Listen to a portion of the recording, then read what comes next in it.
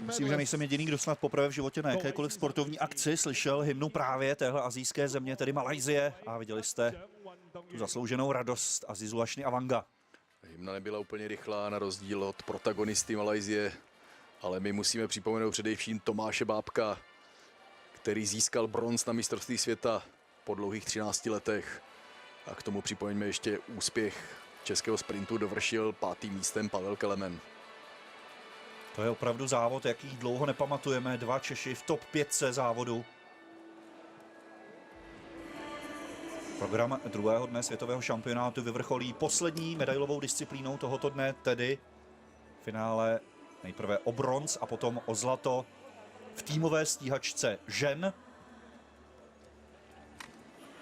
No a tihle 3 chlapíci se postarali o samozřejmě první medaile pro své země na tomto 114. světovém šampionátu.